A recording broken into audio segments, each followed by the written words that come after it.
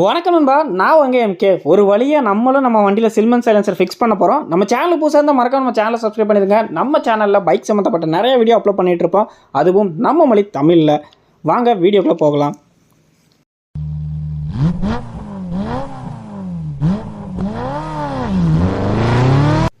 உங்களுக்கு bike மாடிஃபிகேஷனில் interest, உங்களுக்கு accessories, helmet எதுவும் தேவைப்பட்டுச்சு அப்படின்னா நம்ம ஷாப்பை விசிட் பண்ணுங்கள். இந்த சில்மன் சைலன்சர் கூட நம்ம ஷாப்பில் அவைலபிளாக இருக்குது.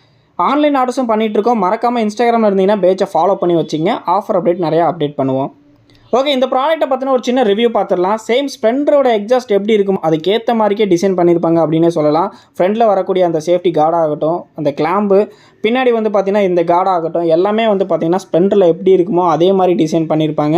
டேரக்ட் ஃபிட்டு தான், எந்த ஆல்ட்ரும் பண்ண வேண்டிய அவசியமே இல்லை. ஸோ பின்னாடி வந்து பார்த்திங்கன்னா அக்ராலிக் கோல்டு கலரில் ஷீல் பண்ணி அவங்களோட பிராண்டோட பேர் போட்டிருப்பாங்க. உள்ளே வந்து இன்னர் ஃபில்டரும் இருக்குது. நல்லாவே கிளாஸ் ஓவல் வச்சு நல்லாவே ஃபினிஷிங் பவுடர் கோட்டிங்கில் பக்காவாக பண்ணியிருக்காங்க. திக்னஸ் பாருங்கள், இந்த அளவுக்கு உங்களுக்கு வந்து அந்த கிளாஸ் ஓவல் வந்து ஃபில் பண்ணியிருப்பாங்க. சவுண்டு அதனால தான் குவாலிட்டியும் நல்லாயிருக்கும். ரொம்ப நாள் ஆகி கார்பன் படிஞ்சால் கூட ஓட்ட விடாது, ஏன்னா திக்னஸ் பெருசாக இருந்துச்சு இல்லைங்களா. நம்ம வண்டியில் ஸ்டாக் எக்ஸாஸ்ட்டில் வந்து பார்த்திங்கன்னா சேஃப்டி கார்லாம் கிடையாது. இது வந்து பழைய மாடலுங்கிறதுனால. பட் அடுத்து வந்த மாடல்லாம் இந்த மாதிரி கார்டு கொடுத்துருப்பாங்க. இது வந்து பில்லியன் ரைடர் வந்து கால் வச்சு சூடாமல் இருக்கிறதுக்கு, இந்த இடத்துல ஏதாவது கேரி பேக் போட்டிங்க அப்படின்னாலும், ஏதாவது பேக் மாட்டிங்கனாலும் சேஃப்டி கார்டில் தான் படும். டேரெக்டாக சைலன்சரில் பட்டுச்சுன்னா ஹீட் ஆகிறதுக்கு வாய்ப்பு இருக்குது. ஸோ அதுக்கு வந்து பார்த்திங்கன்னா இந்த கார்டு வந்து யூஸ்ஃபுல்லாக இருக்கும். ஃப்ரண்ட்லேயும் வந்து பார்த்திங்க அப்படின்னா உங்களுக்கு சேஃப்டி கார்டு கொடுத்துருப்பாங்க. பிரேக் அடிக்கிறப்ப கால் நழுவி போய் பட்டுச்சு அப்படின்னா காலை சூடு வச்சிரும். ஸ்ப்ளெண்டர் எக்ஸாஸ்ட் எப்படி டிசைன் இருக்குமோ அதே மாதிரிக்கு பக்காவாக பண்ணியிருக்காங்க. பவுடர் கோட்டிங் ஃபினிஷிங்கில் வந்துடும். ஓகே, கலட்டுறதுக்கு என்னென்ன பண்ணணும் அப்படிங்கிறத கொஞ்சம் டீட்டெயிலாக பார்க்கலாமா? ஃபஸ்ட்டு இந்த இடத்துல இருக்கும். ஸோ இந்த போல்ட்டை ரிமூவ் பண்ணி கழட்டிடலாம் நினைப்பீங்க, கழட்ட முடியாது. இந்த ஃபுட் ரெஸ்ட்டை ஃபுல்லாகவே கழட்டணும். அதுக்கு வந்து சைடு டோருக்குள்ளே ஒரு நட்டு இருக்கும். இந்த செட்டப்பை ஃபுல்லாகவே ரிமூவ் பண்ணிங்கன்னா தான் கழட்ட முடியும். ஃப்ரண்ட்டில் வந்து ரெண்டு போல்ட்டு தான், மொத்தம் 3 போல்ட்டு தான். பட் நம்ம வண்டியில் இன்ஜின் கார்டு ஃபிக்ஸ் பண்ணியிருக்கோம், அதை ரிமூவ் பண்ணோம். கீழே ஒரு கார்டு இருக்குது பாருங்கள், சேரடிக்காமல் இருக்குது. இந்த கார்டையும் ரிமூவ் பண்ணிங்கன்னா மட்டும்தான் ஃப்ரீயாக கழட்ட முடியும், கழட்டவே முடியும். ஓகே, இப்போ 1 பை 1 கழட்ட ஆரம்பிச்சிடலாமா? ஃபஸ்ட்டு சைடில் இருக்கக்கூடிய கிளாம்பை வந்து ரிமூவ் பண்ணிடலாம். இந்த போல்ட்டெல்லாம் பார்த்தீங்கன்னா செம்ம டைட்டாக இருக்கும். எல்லா வீடியோலையும் சொல்கிறேன், ப்ராப்பரான டூல்ஸ் இருந்தால் மட்டும் ஹேண்டில் பண்ணுங்கள். என்னடா டூல்ஸ் வீடியோ போடுறேன்னு சொல்லிட்டு இன்னும் போடவே இல்லைன்னு நினச்சிட்டு இருக்காதீங்க. கண்டிப்பாக வீடியோ பண்ணுறேன். இந்த மாதிரி ஹெவியான டூல்ஸ் இருந்தால் மட்டும்தான் கழட்ட முடியும். கொஞ்சம் ஓவர் டைட்டாக தாங்க இருக்கும், கொஞ்சம் ரிஸ்க் எடுத்து தான் கழட்டுற மாதிரி இருக்கும். ஸோ இது கழட்டும் போது இன்னொரு விஷயம் பார்த்துக்குங்க. ஏன்னா இதுக்கு சேம் இது வந்து சென்டரில் ஃபுல் ராட் இருக்கும், ஆப்போசிட்டில் சுற்றுதான்னு பார்த்துக்குங்க. இல்லைன்னா நீங்கள் வாட்டு ட்ரை பண்ணிகிட்டே இருந்தீங்கன்னா சுற்றிக்கிட்டே இருக்கும். எனக்கு சுற்றலை, கரெக்டாக இருந்ததுனால ரிமூவ் ஆகி நட்டு வெளியே வந்துருச்சு. அப்படி இல்லைன்னா அந்த சைடு நீங்கள் ஒரு ஸ்பேனர் வச்சு பிடிக்கிற மாதிரி இருக்கும். சேம் சொன்ன மாதிரிக்கே இந்த சைடு பேட்டரிக்குள்ளேயும் ஒரு இது இருக்கும். அதை கலட்டினீங்கன்னா தான் அந்த ஃபுட் ரெஸ்ட் உட்காரக்கூடிய ஃபுல் செட்டப்பை ரிமூவ் பண்ணால் தான் சைலன்சரை வெளியே எடுக்க முடியும். மேலே 12ஆம் நம்பர் ஸ்பானர், கீழே 14ன்னு நினைக்கிறேன், சரியாக தெரியலை, செக் பண்ணிக்கோங்க. இப்போ பார்த்தீங்கன்னா மேலேயும் நம்ம ரிமூவ் பண்ணி எடுத்தாச்சு. என்னடா வண்டியில் பேட்டரி இல்லைன்னு பார்க்குறீங்களா? பாதி நேரம் நம்ம வண்டி பேட்டரி சார்ஜிங்கில் தாங்க இருக்கும். ஓகே, இப்போ வந்து ஃபுல்லாக எடுத்தாச்சு. ஃப்ரண்ட்டில் அப்படியே வந்துடலாம். இன்ஜின் கார்டை ஃபஸ்ட்டு ரிமூவ் பண்ணலாம். 2 போல்டில் தாங்க, 2 பேத்துக்கு மட்டும்தான் போட்டியே. ஸோ அதே மாதிரி 2 போல்டில் மட்டும்தான் நம்ம இன்ஜின் கார்டு இருக்குது. எவ்வளோ ஸ்ட்ராங்காக இருக்குன்னு பாருங்கள். நான் கிளாம்பு வைக்கவோ வெல்டு வைக்கவோ பண்ணவே இல்லை. இந்த மாதிரி ஈஸியாக அப்படி ஃபிக்ஸ் பண்ணுவோம் சொல்லிட்டு ஆல்ரெடி வீடியோ போட்டிருக்கோம், மேலே வரும், செக் பண்ணி பார்த்துக்குங்க. அந்த இன்ஜின் கார்டே ரிமூவ் பண்ணியாச்சு. கீழே சேரடிக்காமல் இருக்க ஒரு கார்டு வரும், அதுக்கு தான் ஒரிஜினல் இன்ஜின் கார்டு. ஸோ அதையும் ரிமூவ் பண்ணியாச்சு.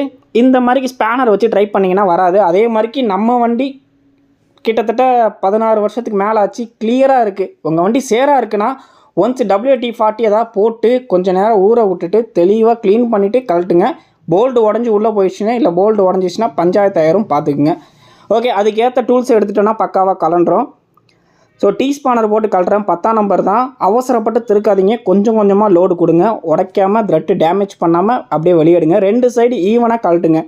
பொதுவாகவே சைலன்சருக்குள்ளே பார்த்தீங்கன்னா கேஸ்கட்டுன்னு ஒன்று இருக்கும், ஒரு வாஷர் ஒன்று இருக்கும், அது பேர் கேஸ்கட்டுன்னு சொல்லுவாங்க. அது என்ன ஆகும்னா அந்த ஏர் லீக் ஆகாமல், சவுண்டு லீக் ஆகாமல் இருக்கும். ஸ்ப்ளெண்டரை பொறுத்த வரைக்கும் உள்ளே இருக்காது. அந்த கிளாம்பே வந்து பார்த்திங்கன்னா கேஸ்கட் மாதிரிக்கு உள்ளே போகிற மாதிரி தான் டிசைன் பண்ணியிருப்பாங்க. ஸோ நம்மளோட எக்ஸாஸ்ட்லேயும் சேம் அதே மாதிரிக்கு இருக்குது. மறுபடியும் புது எக்ஸாஸ்ட்டை மாட்டும்போது அது கரெக்டாக உள்ளே சீட்டிங் ஆயிடுச்சா அப்படிங்கிறத பார்த்துட்டு ப்ராப்பராக டைட் பண்ணுங்கள். மாட்டும்போது தெளிவாக சொல்கிறேன், உங்களுக்கு புரியும். ஓகே, இப்போ அந்த 2 போல்ட்டையும் கலட்டி வெளியே எடுத்துடலாம். அப்படியே கொஞ்சம் கொஞ்சமாக கழட்டி 2 பக்கம் ஈவனாக சொல்லி வெளியே எடுத்துடலாம். அதுக்கப்புறம் புது சைலன்சரை ஃபிக்ஸ் பண்ணுறது தான். தனியாக நம்மளால் கழட்டி வெளியே எடுக்க முடியல. ஸோ அப்படியே ரிமூவ் பண்ணிவிட்டு புதுசு எப்படி ஃபிக்ஸ் பண்ணலாம். இதுக்கு எடுக்கிறது ஒன்றும் பிரச்சனை இல்லை. வெளியே எடுக்கும்போது பிரேக்கை லைட்டாக அமுத்தி பிடிச்சிட்டிங்கன்னா ஈஸியாக வெளியே வந்துடும். ஸோ இப்படி இந்த மாதிரி தான் வெளியே எடுத்துகிட்டு பின்னாடியும் எடுத்துக்கங்க, பிரேக்கை அமுத்தி பிடிச்சிக்குங்க. ஓகே, இப்போ வந்து புதுசை மாட்டியாச்சு. அது தனியாக எடுக்க முடியலைங்கிறதுனால நான் உங்களுக்கு அப்படியே புதுசு ஃபிக்ஸ் பண்ணுறதை காட்டுறேன். ஸோ புதுசு அதே தான். உள்ளே வந்து அந்த கரெக்டாக செட் ஆகிடணும். இந்த கிளாம்ப் போடுறோம் இல்லைங்களா, வண்டியில் கேஸ்கட் கிடையாதுன்னு சொல்லியிருந்தேன்ல. ஸோ இந்த கிளாம்ப்பு வந்து கரெக்டாக அந்த ஹோலுக்குள்ளே போய் கரெக்டாக செட் ஆகணும். க்ளோஸ்அப்பில் காட்டுறேன், புரியும் நம்புகிறேன். இல்லைனா ஏர் லீக் ஆச்சு அப்படின்னா உங்களுக்கு முன்னாடி வந்து வெடிக்கிற மாதிரி வரும், சில இஷ்யூ வர்றதுக்கு வாய்ப்பு இருக்குது. ஸோ அது தெளிவாக உள்ள சீட்டிங் ஆகுதானே பார்த்து டைட் பண்ணுங்கள். ஒரு அளவுக்கு செட் ஆனால் போதும், ரொம்ப ரிஸ்க் எடுத்து நீங்கள் தப்பாக எதுவும் டேமேஜ் பண்ணிடாதீங்க.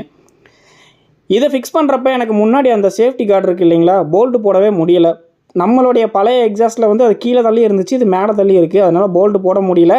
அந்த ஒன் சைடு மட்டும் நட்டை லூஸ் பண்ணிவிட்டு அந்த சேஃப்டி கார்டை வந்து கொஞ்சம் கீழே இறக்கிட்டு போல்ட்டு போட்டுட்டு அதுக்கப்புறம் வந்து டைட் பண்ணுறேன். உங்கள் வண்டியில் எப்படி இருக்குன்னு தெரியல.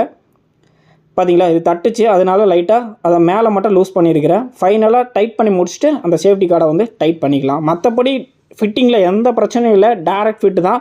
புதுசாக வரக்கூடிய BS6க்கு சைலன்சரில் சென்சார் டைப் வரும், அது மட்டும்தான் வேறு. மற்றபடி பழைய ஸ்ப்ளெண்டர் என்ன வண்டியாக இருந்தாலும் பேஷன் ப்ரோ அதுக்கு எல்லாத்துக்குமே இது சேம் செட்டப் தான். அப்படியே எடுத்து மாட்டினீங்கன்னா பக்காவாக இருக்கும். எக்ஸாஸ்ட்டை பொறுத்த வரைக்கும் கொஞ்சம் ஃப்ரீ ஃப்ளோவாகவும் இருக்குது, கொஞ்சம் பேஸியாகவும் இருக்குது. ஃபயர் ஷாட் வேறு வருதுங்க. ஃபைனலில் வீடியோ போடுறேன், செக் பண்ணி பார்த்துக்குங்க. பக்காவாக செட்டிங், சவுண்டு சூப்பராக இருக்குது. மற்ற மாதிரி தகர டப்பா மாதிரிலாம் கேட்கல.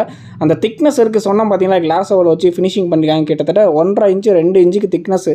அந்த பேஸு தான் பட்டையை கலப்புது. பின்னாடி சவுண்டு வரும், செக் பண்ணி பார்த்துக்குங்க. குவாலிட்டி கம்மியெல்லாம் இருக்குது அப்படின்லாம் சொல்ல முடியாது. அந்த சவுண்டு குவாலிட்டியே சூப்பராக இருக்குது. ஸோ எக்ஸாஸ்ட்டை பொறுத்த வரைக்கும் எந்த பிரச்சனையுமே இல்லை.